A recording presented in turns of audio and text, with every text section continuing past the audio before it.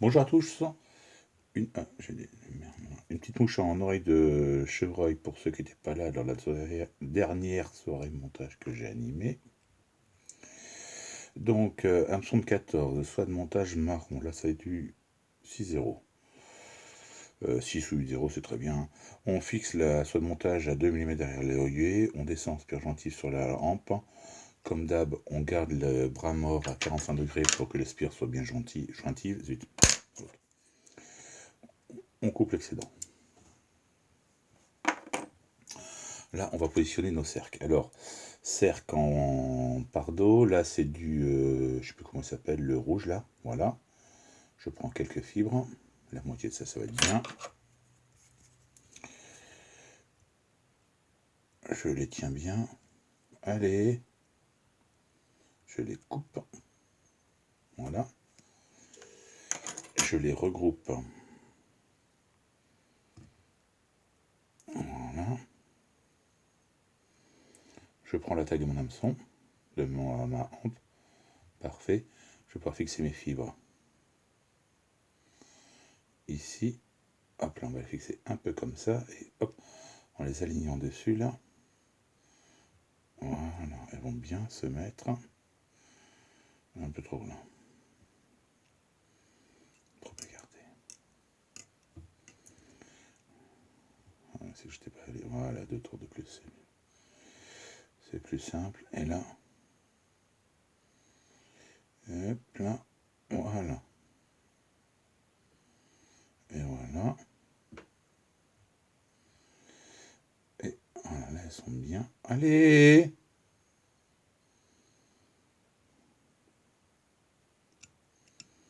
Comment ça se fait que j'arrive pas à les aligner, les films de Pardo, là? Ils sont bien regroupés. Hop là. Voilà. Elles sont nickel. Spire gentil pour faire un sous-corps homogène.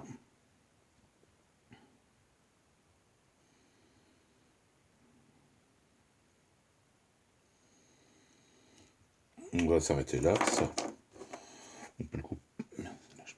Ça, on peut le couper, mais ça va pas nous embêter trop. Hop là. Voilà. Ensuite, on va se positionner notre.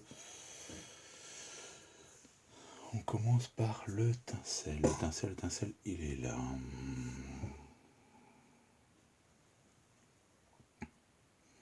Petit tincelle doré qui va permettre de cercler après notre corps.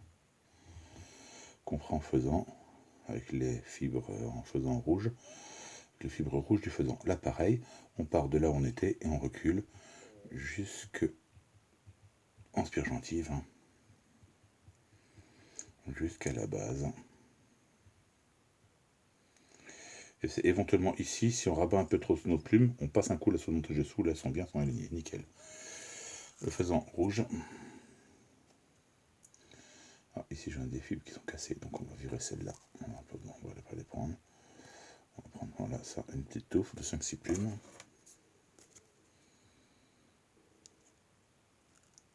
On les prélève. On les mouille pour qu'elles aient un peu plus de souplesse, de flexibilité, pour qu'elles ne cassent pas quand on les monte.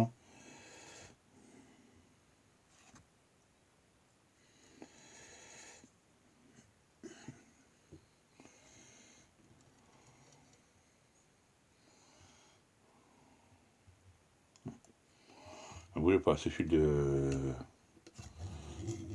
ce tincelle va embêter. Donc je vais le coincer derrière. Dans mon élastique. Voilà. Les fibres de faisan. Hop là. On les fixe. Et pareil, en spire gentive. Jusque là on était, toujours dans ce souci de sous-corps homogène, afin d'avoir un joli corps ensuite. Alors voilà, on est pas mal. Là on a quelques fibres qui dépassent. Pas beaucoup nous embêter parce qu'on va les recouvrir avec du lièvre après, mais bon.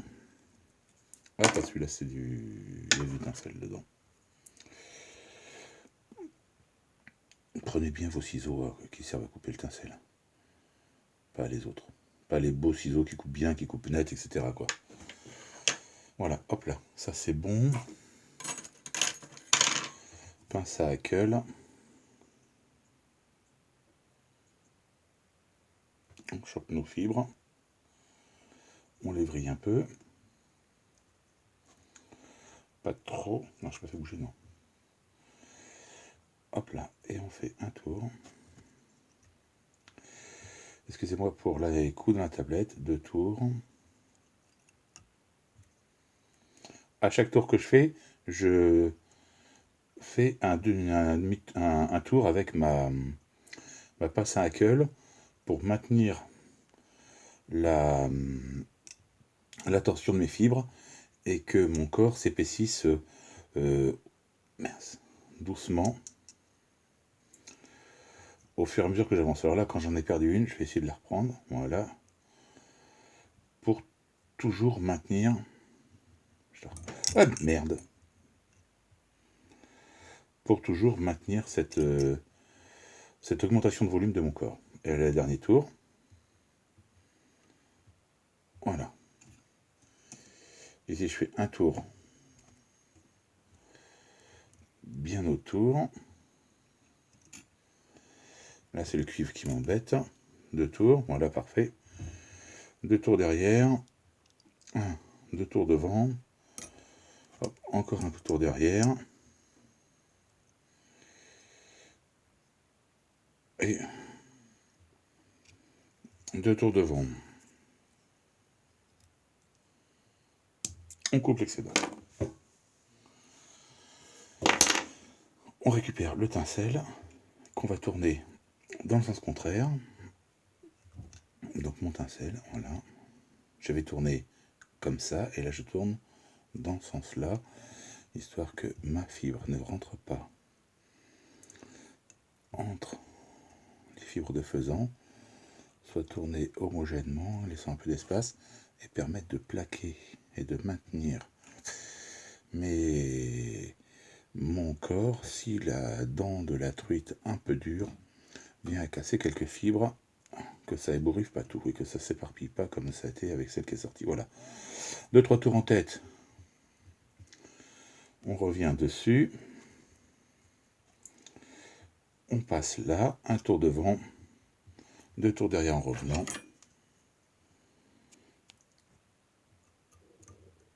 On coupe l'excédent. Et c'est là que commence l'opération la plus délicate. On sort un peu de soie de montage. On va fendre le fil. Donc pour ceux qui savent faire, vous faites.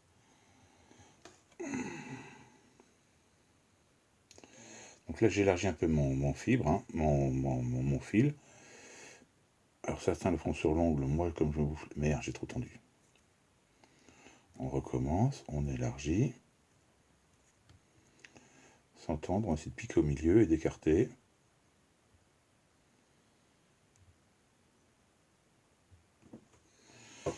Bon, là quand ça marche pas avec ça, je prends un autre outil.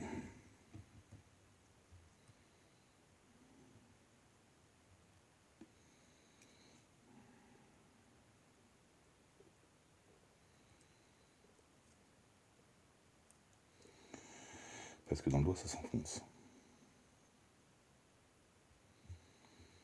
J'y arrive pas. Ça n'écarte pas tant que ça là.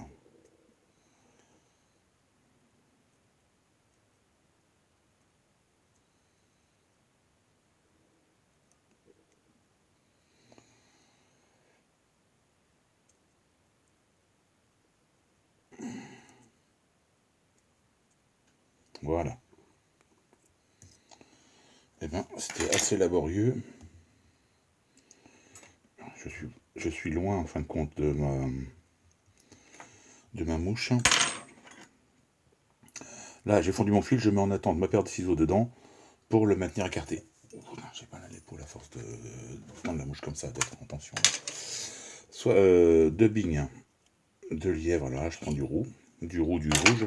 Ouais, roux, j'entends, ouais, c'est ça. Hop, hop. Et là, on le met là. pas si c'est très net à la vidéo, mais quand je vais monter, ce sera plus net. Voilà, et on le remonte là-haut. Donc encore un petit peu. Faut quand même... Ah mince, j'ai tombé à côté. Là, j'en ai beaucoup trop. Du mec de lièvre, quand on en met...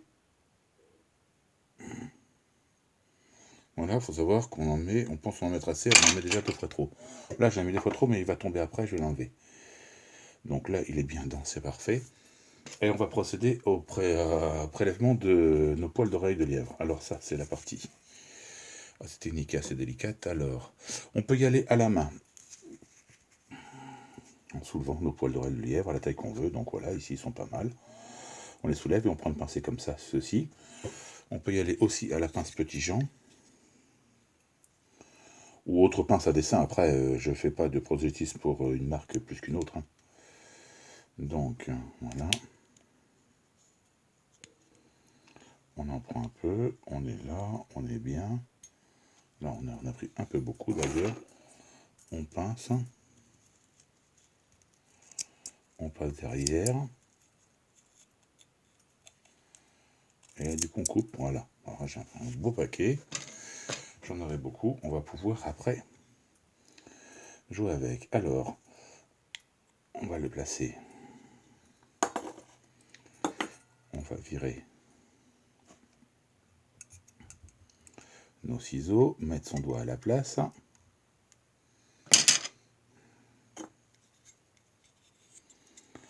Placer à la suite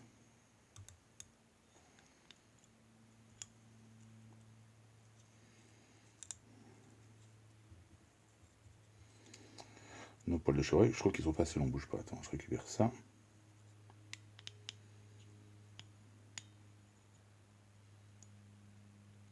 Voilà. Je les ai bien sortis, bien écartés sur la pince, vous voyez ou pas? Voilà, comme ça, ils sont bien mieux.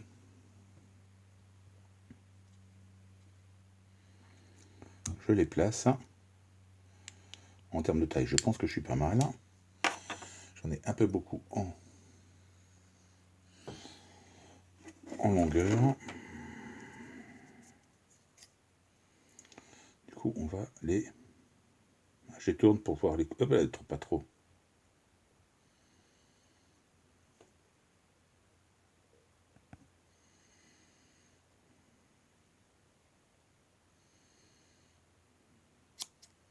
Voilà. Là, c'est pas mal.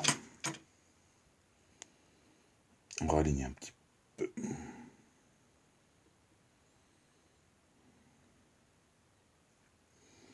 Voilà, là on les répartit, on les aligne, on voit ce qu'on veut.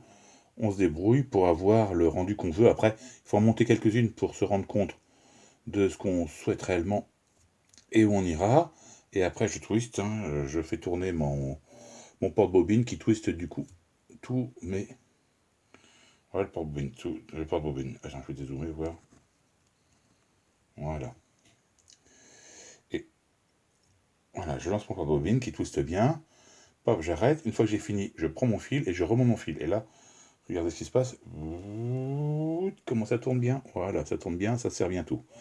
Là, du coup, j'enlève mon dubbing de lièvre qui était beaucoup trop dense. Hein, je vous avais dit qu'on en avait plein quand on en avait... Où est-ce qu'il est? Elle est là.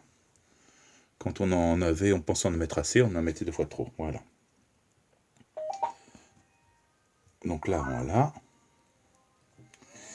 Et on y va. On tourne notre dubbing de lièvre en revenant vers l'arrière pour faire un joli sous-corps. Et quand on arrive au poil de chevreuil, on coiffe tout vers l'arrière.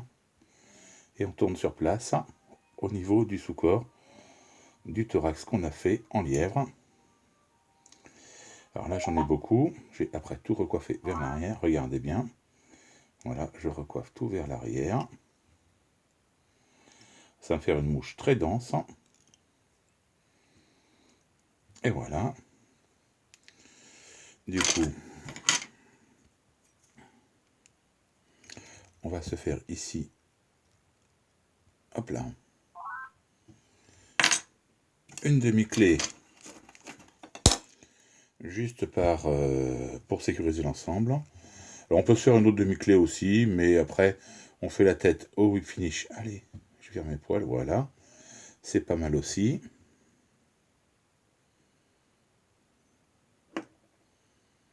Et voilà, c'est pas mal là.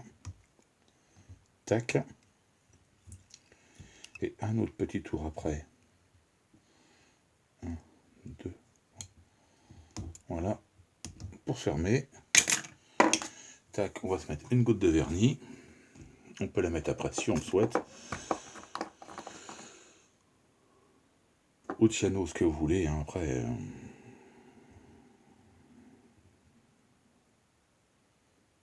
Ah zut, c'est sur mon doigt, super. Voilà, elle y est.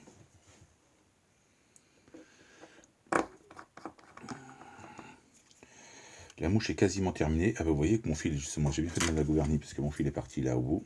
C'est défait. Donc, on va couper.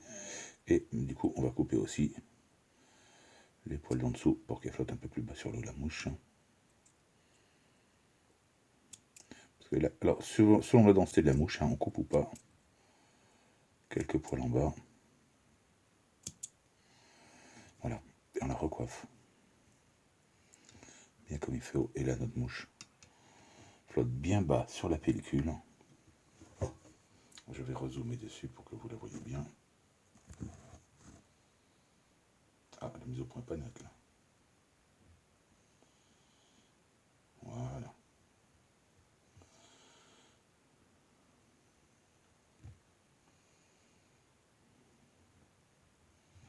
Ouais, une petite mouche bien basse, bien dense qui flottera. Ah, j'ai un fil qui dépasse là, j'avais vu ça. En zoomant, il est où? Il est là ce fil.